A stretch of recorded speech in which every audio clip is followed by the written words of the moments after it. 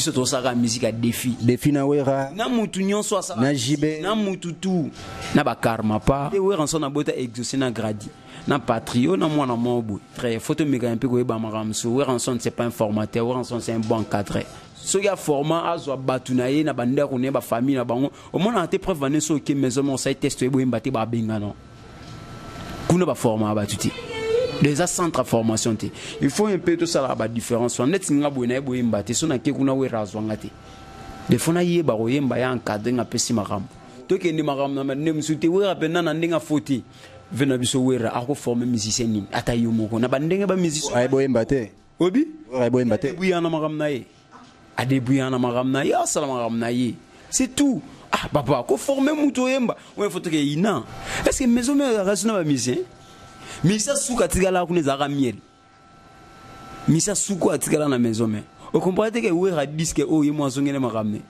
zenga luketu na yemo ta zengi luketu comme il faut pour mon amuta pesa rumba mbate ba confession timiando betota boye ritsa yeboye ko to ayebo pesi makamso tant ritsa ke nana yimba rumba ve moi yeka zengi luketu ye moi DJ akanyi maramne nyose koki. Voilà, mes très chers internautes, Bandeko Balandi à www.bongania-media. En tout cas, merci la fidélité Nabino. Vous démontrez qu'à chaque fois que tu lances une émission en ligne, vous allez vraiment ébélé Yakolanda. Et puis pourquoi pas tout le monde en a commentaire Nabino. Là, je vous remercie sincèrement. Vous êtes partout dans le monde.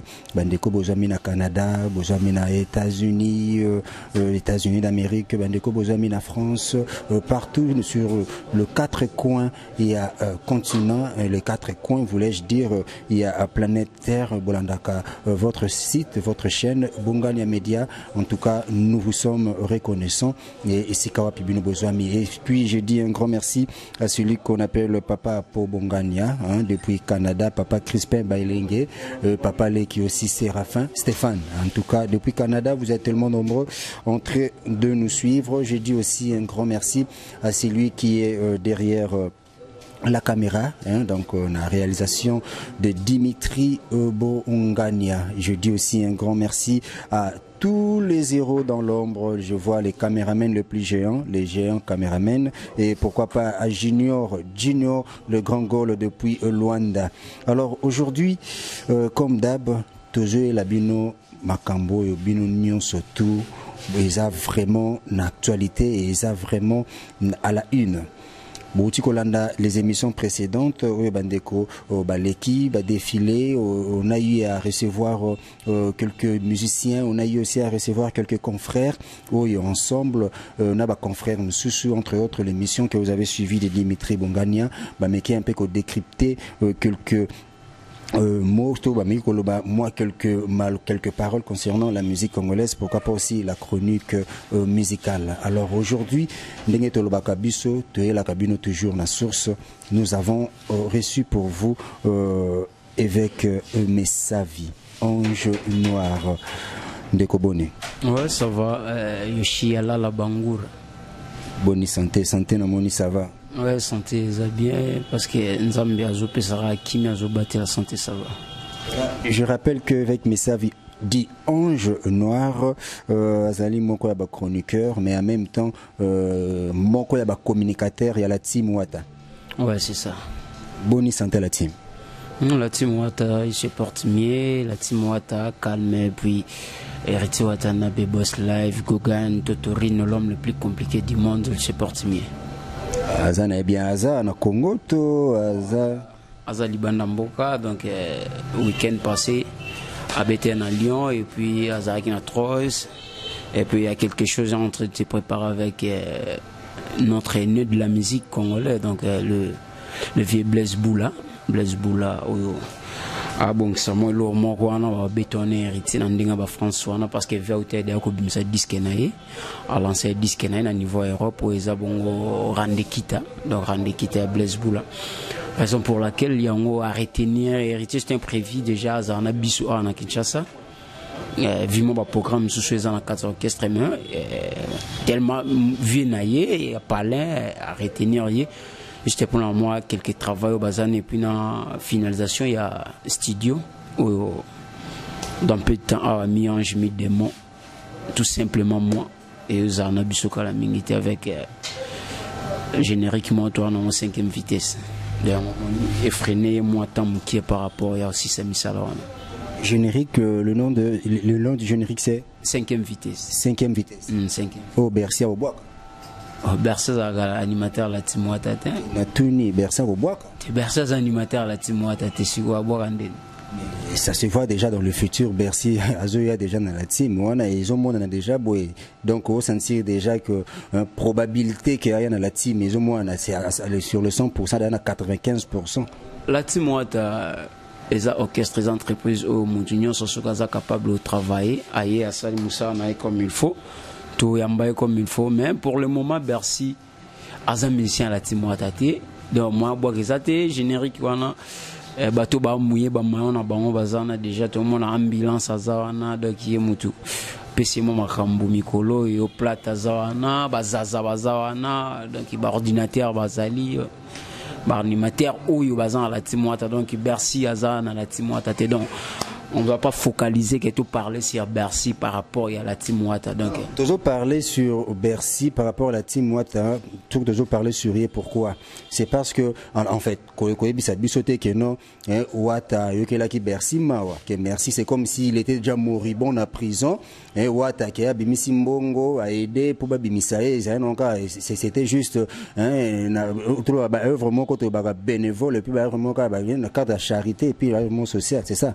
Est-ce que dans la vie sogio il faut s'attendre à aux Ilani même nous avons a créé qui biso à s'attendre à comment on retour mission je te bien on te kumisa et to sanjola il y a rien pour rien to yebi nzambe ti wana siko nzambe grand prêtre nzambe siko ndeti biso na mokili boy na kili lo na habiter yoshi lugela na moi 1000 francs boye ça ngata bien est-ce que siko il faut yo Ilani rien héritier na mutema malamu na o azara nango na sympathie o azara nango bon atali qui un artiste musicien congolais a bengié na problème ko pour aider a mekika ko pousser bakuna et puis ndenge makambo leka ki na justice me te libérer Bercy donc c'est tout. Il semblerait que selon Tobengang aussi selon les dires ou nini to loba et il semblerait que héritier a comme une pose à service il y a Bercy parce que à Taliba au bazana parce que c'est bien la team vraiment générique et à la rater au bêta rater malgré au bêta blanc à ma casse mais et yo kana raté que ba côté mususu donc peut-être à moni que non service il y a Bercy il y a moi na et ça la quand même bien na qui non na s'est renseigné na yeba qu'est-ce qu'il faut pour bima et y pas pousser ba condition ce que selbe na sala alors ce que les gars œuvre vraiment pour na kosunga pourquoi médiatiser qui en alors comme médiatiser ngo moni logo na lo bon moi mettre fois trop na mo be mission trop moni vie na biso bateau to lua tom so to yeba na mona ndinga mokili ezarande monte na bateau ba bomba na bango donc à chaque fois on sali ka mo boye e yeba na mokili donc héritier ça qui na pour ça te qui ote médiatiser ngo les gars médiation d'unité le monsieur en question Bercy mona a bengi a meka qui epé ko sola différemment na bande ko belé ba bisika travail j'espère que vous avez suivi Bercy na ba différentes émissions d'Inga Loba. Bercy a travaillé par Oazekwa, Bercy a travaillé par Ferré, mais peut-être à suba soutien dans Bangoté. Mais ailleurs comme un mouvement ou même pas s'attendre à quitter. Du moins que Bercy les lois benga même bafali, benga bafali dans ba téléphone parce que oui, mais benga bango. Il en a Bercy. Contaki ko benga. Mais tant aussi quoi azu hérité mutamakambu a pesi problème na ye il s'attend oh moi artiste musicien à biso ya mboka o. Tom sous ce problème na ye singa 10 francs. Bon, on a le roi en 5 francs na pesaï, c'est tout. Donc héritier à s'attendre ne lo monte pas Bercy après Makambouana. Bercy sogi a oya la Timoata. Alors ça testé na ye, alors sogi ba ozoyer orchestre za héritier watanabe. On comprend. Ce qui au loba ki ba générique na biso et simbati ben là na ebité. Mais il y a biso beti de zazeuté ou beta zazekangi. On comprend s'il te plaît binisa. Héritier de binisa les preuves ani ba to bina ba diembela. Bah Mélissa bah papa biberon tu Mélissa va dire la zaza tout le monde a tombé c'est déjà bon premièrement hérité Tobinga qui monsieur le chanteur héritier c'est un chanteur et héritier c'est un pas animateur quoi le héritier aya rapoyemba donc il net to beti retira da carrière d'honneur eza nzembo mo te raté donc nzembo du jour au jour ba to ba nzembo sika mais album le to ki indiana ba 2 ans et demi donc pour te dire que carrière d'honneur eza normal héritier à monsieur le chanteur héritier à monsieur la tala côté. Ah, mais c'est la tala côté. Donc tu veux dire que apparemment par là le mieux le bakeba oh non so ba chanteur tu dis que non c'est un chanteur à Mbaka so ga beti générique un beti générique yokani makasi ba ba tala ko ndeti Fabregas sa tala ko mais neti lelo ebele ba obino pe za tala ebele lelo ba beta ga bo mo ba bonga na ba animation neti nani oh ebele ba beta neti nani ebele nani moi j'ai pas le temps de citer ba kombo na bango le belé c'est que faut ba déjà bato ngo ba o bazo beta ba na animation ele bazo beta ba ko na bonga lelo bimisi générique lo ba bimisi générique abini ya bambani na sa exemple par exemple belé neti bo ba Robino ngo ba Robino na habité sigo neti Robino bon sigo Robino félicitations na ba animation na amani na ba animation na ça donc Robino aza animateur oui bon na habité so ya ko mo sa cop nini potom se belé ba mo bunga ba mo identité Fabregas mais yango ka to kindi il pas animateur yango to kindi donc rejoindre Ibraton puis na bengi Fabregas animateur mais musique ba salat ba sa musique ba Bill Clinton fu ba sala ba musique ba Sarbate fu ba sala yango siko bomba mo sa do identité na ba mo ba ba souté so ba sani. Qu'est-ce qui se passe au juste dans la team Wata? On a comme l'impression la team Wata c'est un groupe yabatuboza ba problématique apparemment.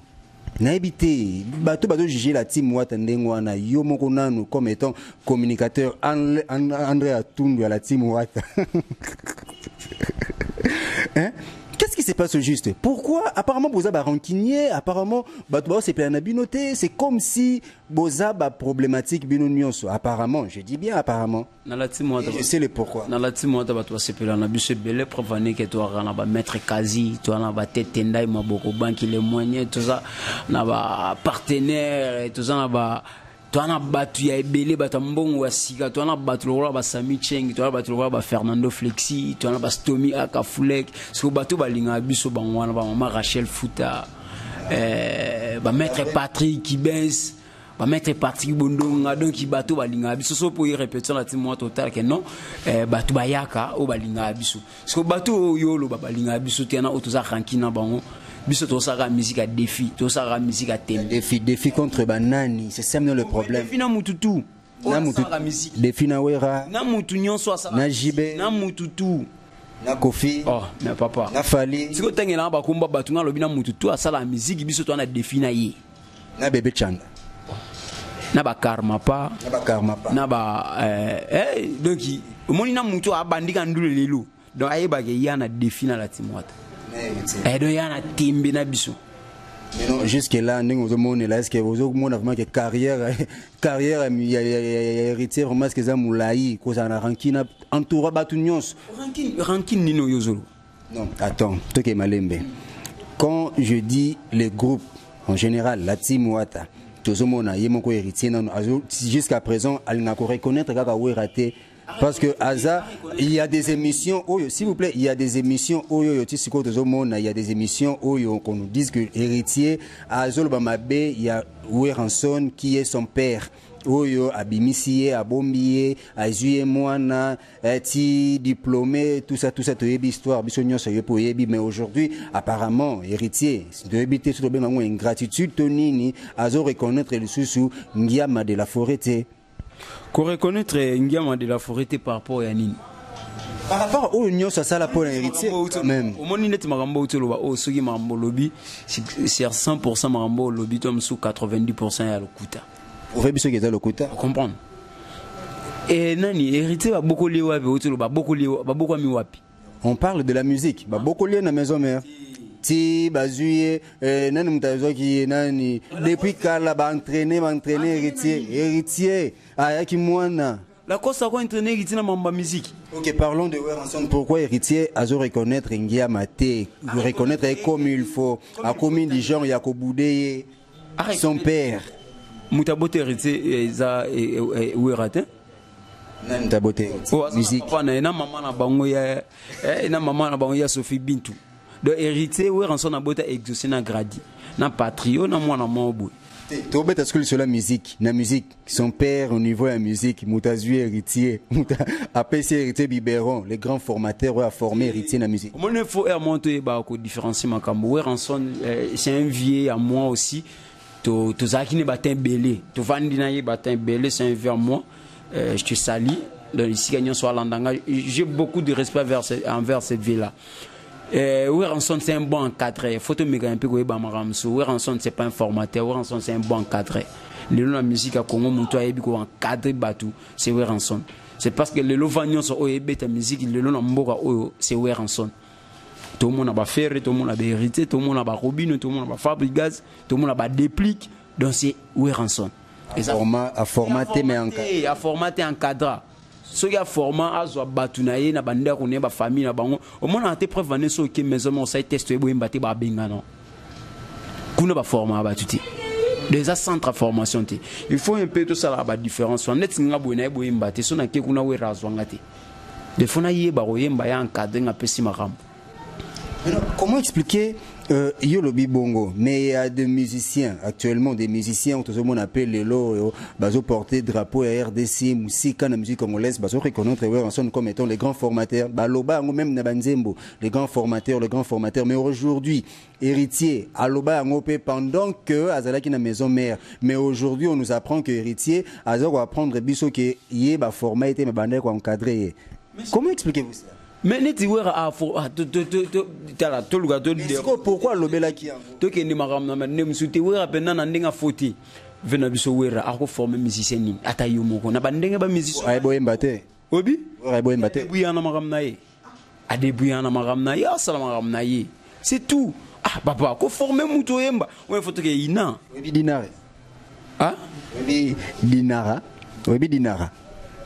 mutuka te obi dinara mutuka na ebité so lelo kasika obi musicien o raté dinara. Est-ce que maison mère rasuna ba musicien misa suka tigala ku nezaka miel misa suko atigala na maison mère dinara obi ti misa suka on a biso misa suka papa chef miel miel de son misa suka o atigala na maison mère. Nous on a de preuves dinara. C'est Malembe. Zela, on comprend que Wera disque oh yemo zongene maramne. Zenga luket na yemo ta zengi luket comme il faut. Pour mon amour d'après ça rumba mbate. Ba confession timiando betata boye wigita yeboye ko to ayebo apesi makam so tant wigita ke. Nana yemba rumba. Ve moi yeka zengi luket yemo DJ akanyi maramne nyose koki. Dinara il a fait presque 14 ans et pas à JDT Moulopoué.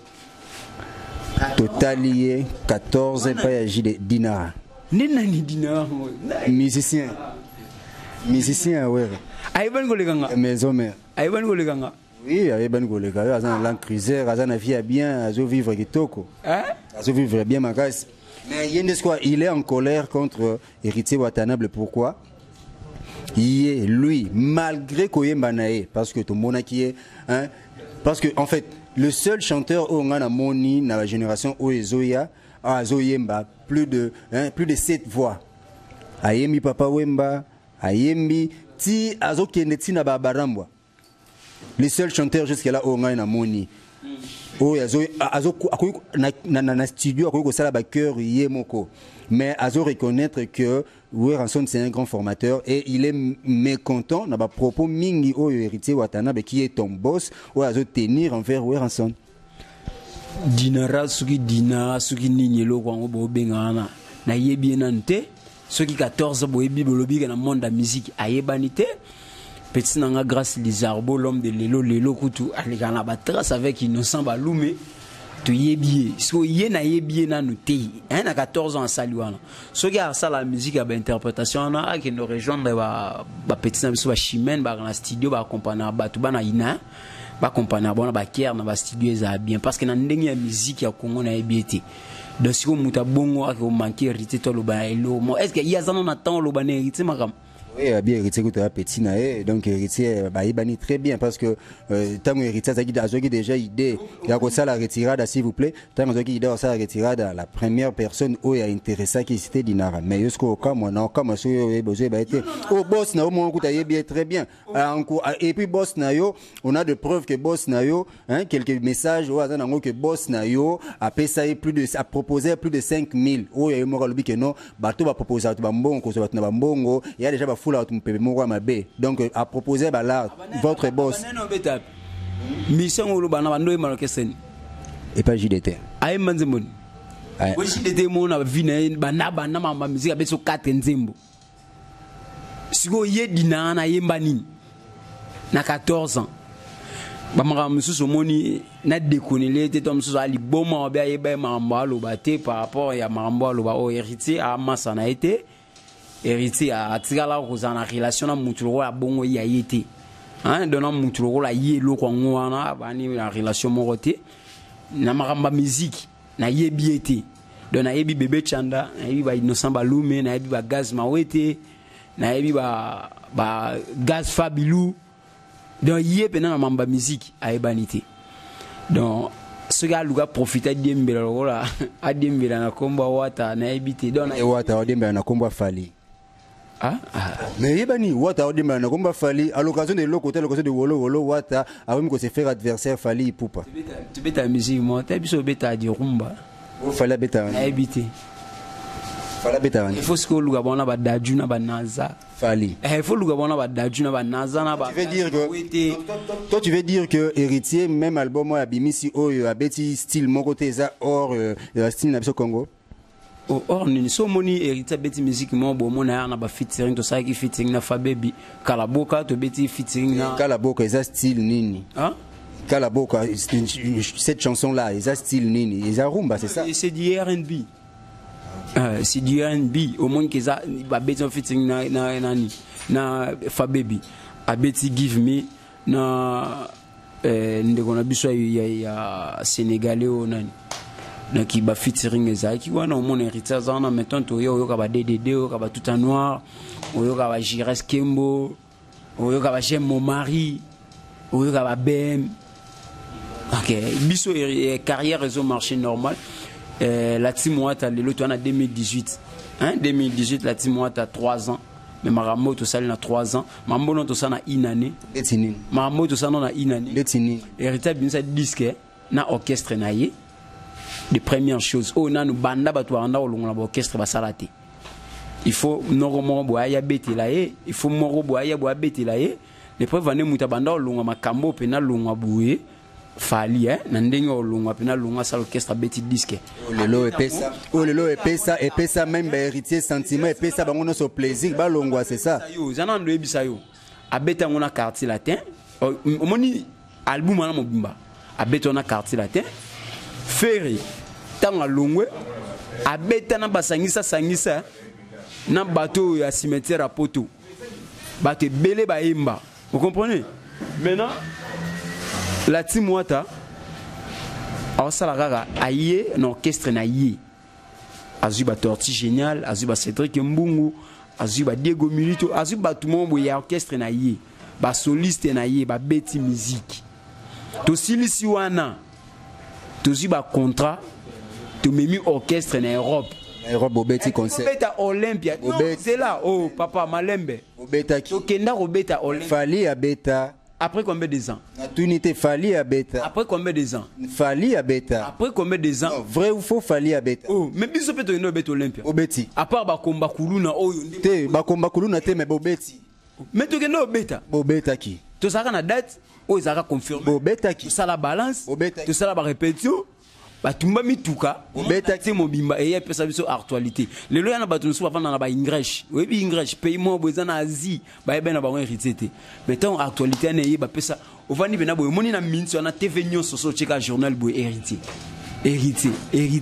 donc ça là sous biso bien pesa biso sur actualité na ba mboka mo boy oyo ba yebi na ba musique congolais te. Si je comprends bien la team Wata baza prêt ya kozwa actualité to ya kozwa buzz to ya kozwa succès na ba événement na ndenge nyonso en Attendez, Bambata ou Betaki Arkeli, héritier ou ton boss a giflé Arkeli Bambata. Azaki n'est bien à maison mère, mais qui se gifle pas héritier. Donc, essentiel, les gars, Bambata, l'équipe, mais on a subez. On y a tout ça là, boulot, ba chroniqueur. C'est les noms, Ninango. Y'en a épisode. Toi, bah journaliste, toi, bah chroniqueur. Oza support nani, André Atoun. Tant tu peux savoir information de balobaga qui est récolté, au traité, après diffusé, ça l'a bien. Que moutouma boya bandolo ba n'importe quoi dans la télévision. Moutou a monaki que ba beti Arkeli Mbata nani. Marambo ba lobana aujourd'hui la team Watato qui est de deuxième mois auto répéter à l'issouté. Mais quand on dit il y a pas de fumée sans feu, mon cher. Babi a beta qui est en répétition. Ça fait 2 mois tu répéter à l'issouté. On comprend? Tu répéter na ba répétition populaire de toi on répéter. Tu répéter si ko place ba beta police. Baloba qui a beta Mbata na répétition mo ya wapi. Au moins ba répétition populaire exacte mais c'est ba répétition coulisses c'est ça. Au bosigo na répétition coulisses mutaka ti. Bon si il y a pas de fumée sans feu quand même. Ata ku tongo so mona milinga wapi place moto exacte. Kongo ku te mo lo ba malanga bon. Mai peninga na pa pa. Kongo ko mo ke mu pepe o go le kan lango pe. Na Kongo ko malango bongo ke vandiga bo créer lo mo buye ba choka ka. Ba créer le ka lo ko mo pa tseka. Mais et d'après ce qu'on aime ta créer le ko. Oh, mais là, en tant que communicateur, en tant que. On a besoin de évolution à la team Wata. Yo, ça censé à Yo, ça censé à tout ce qui se passe en dehors du groupe. Et la team Wata, tout ce qui se disent. C'est ton rôle aussi. En dehors, il y a la team Wata, non? Nani Siko a joué image, a Bébé Sarara salir image, il y a héritier que non, a Gifla qui a Arkeli et ce que ça a l'okuta. Moutonga va y a imaginer le comment pour héritier. Combien de fois va traiter héritier muta maladie, combien de fois va traiter mon héritier à Koufa, de fois. Bakosa qui a belle.